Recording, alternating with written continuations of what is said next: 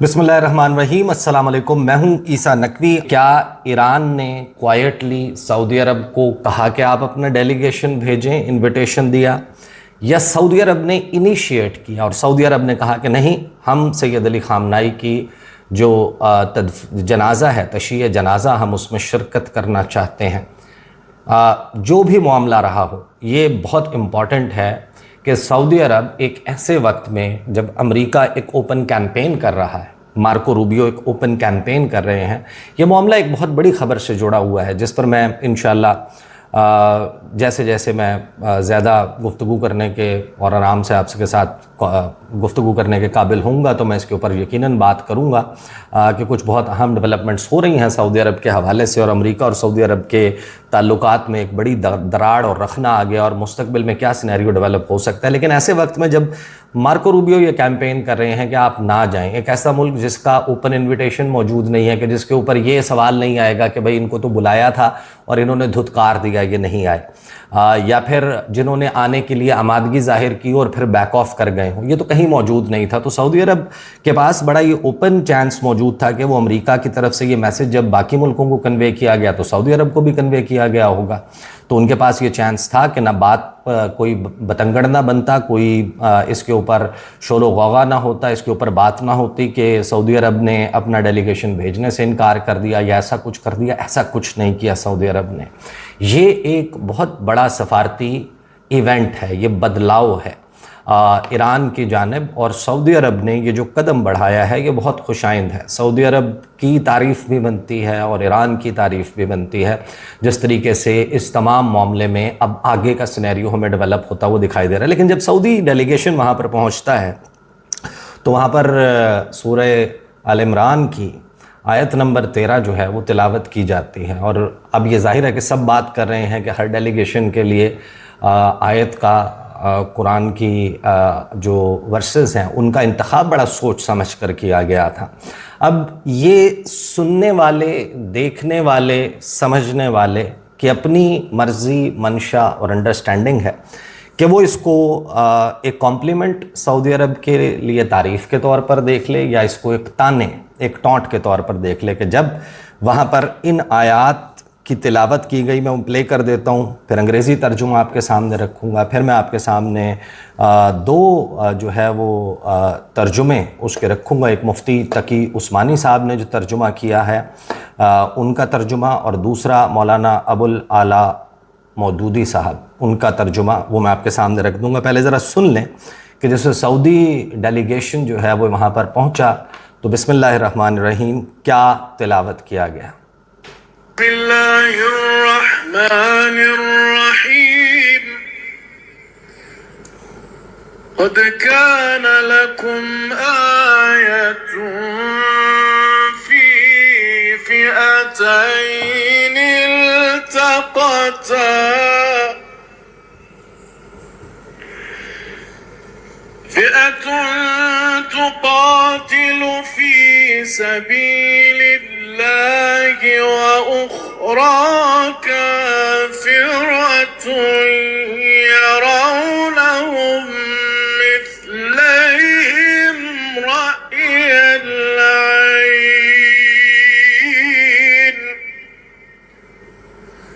والله يؤيد بنصره من يشاء إن في ذلك لعبرة لأولي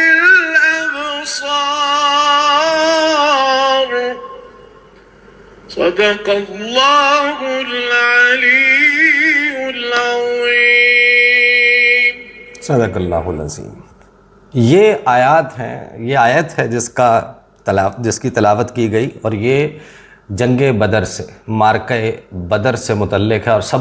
کو معلوم ہے کہ یہ کس کانٹیکسٹ میں ہے۔ لیکن یہ جو خاص آیت ہے اس میں جو کہا گیا، انگریزی میں پہلے ترجمہ کر دیتا ہوں کہ indeed there was a sign for you in the two armies that met in the battle, one fighting for the cause of Allah and the other in denial. The believers saw their enemy twice their number but Allah supports with His victory whoever He wills. Surely in this is a lesson for people of insight. دیگر دو ترجمے میں آپ کے سامنے رکھ دوں اور پھر ہم ذرا اس کو ڈسکس کر کے پھر ہم گرینڈ مصلی وہاں پر مجھے جو وزٹ کا اتفاق ہوا کتنے لوگ آ سکتے ہیں اور آج جو مناظر آ رہے ہیں اس کے حوالے سے بھی بات کریں گے. جو اس کی تفہیم القرآن مودودی صاحب کی ہے اس میں اس کا ترجمہ جو موجود ہے کہ تمہارے لیے ان دو گروہوں میں ایک نشانی تھی جو بدر میں ایک دوسرے سے نبردآزما ہوئے. ایک گروہ اللہ کی راہ میں لڑ رہا تھا اور دوسرا کافر تھا. دیکھنے والے سر کی آنکھوں سے دیکھ رہے تھے کہ کافر گروہ مومنوں سے دگنا ہے، مگر نتیجے نے ثابت کر دیا کہ اللہ جس کو چاہتا ہے اپنی نصرت سے قوت دیتا ہے. دیدہ وروں کے لیے اس میں بڑا سبق ہے، یعنی عبرت ہے. مفتی تقی عثمانی صاحب کا ترجمہ ہے کہ تمہارے لیے ان دو گروہوں میں، یہ آسان ترجمہ ہے قرآن کا، تمہارے لیے ان دو گروہوں میں ایک بڑی نشانی تھی جو بدر کے میدان میں ایک دوسرے کے سامنے آ کھڑے ہوئے تھے. ایک گروہ اللہ کے راستے میں لڑ رہا تھا اور دوسرا کافر تھا جس کو مومن صاف طور پر اپنی آنکھوں سے اپنے سے دگنے دکھائی دے رہے تھے. اور اللہ جس کی چاہتا ہے اپنی نصرت سے تائید فرماتا ہے. یقیناً اس واقعے میں ان لوگوں کے لیے بڑی عبرت ہے جو آنکھیں رکھتے ہوں.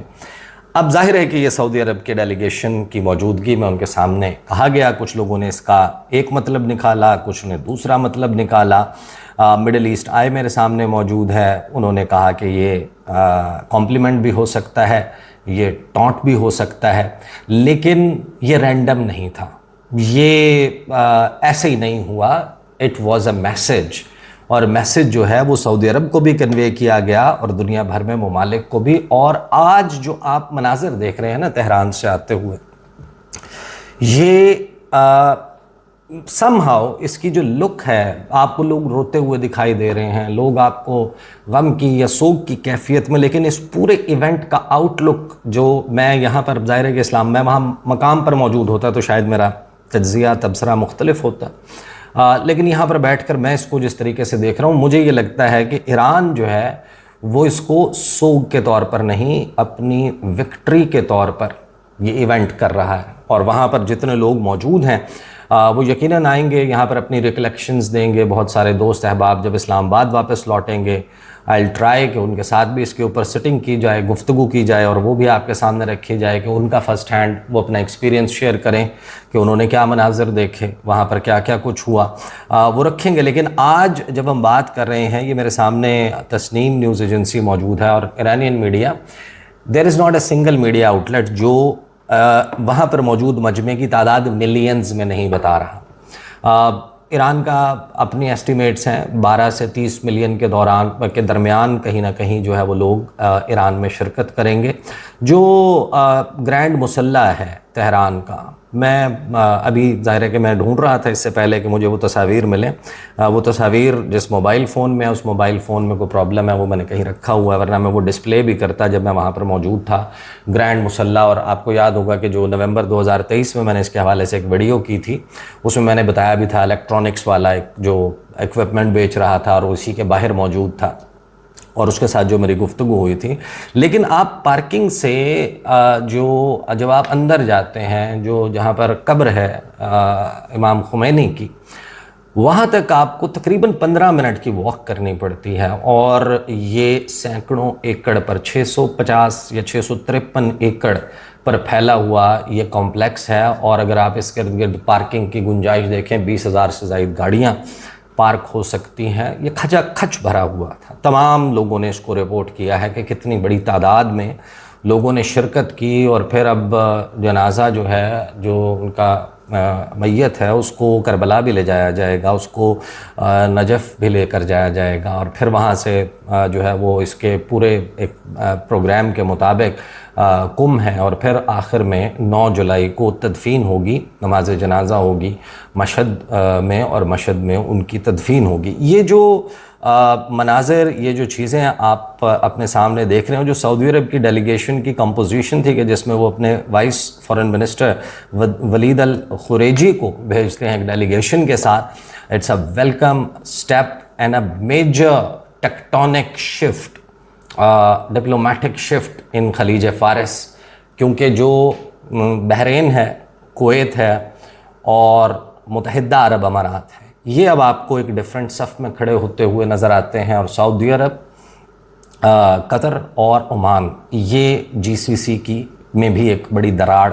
کا پیش خیمہ ثابت ہو سکتی ہے۔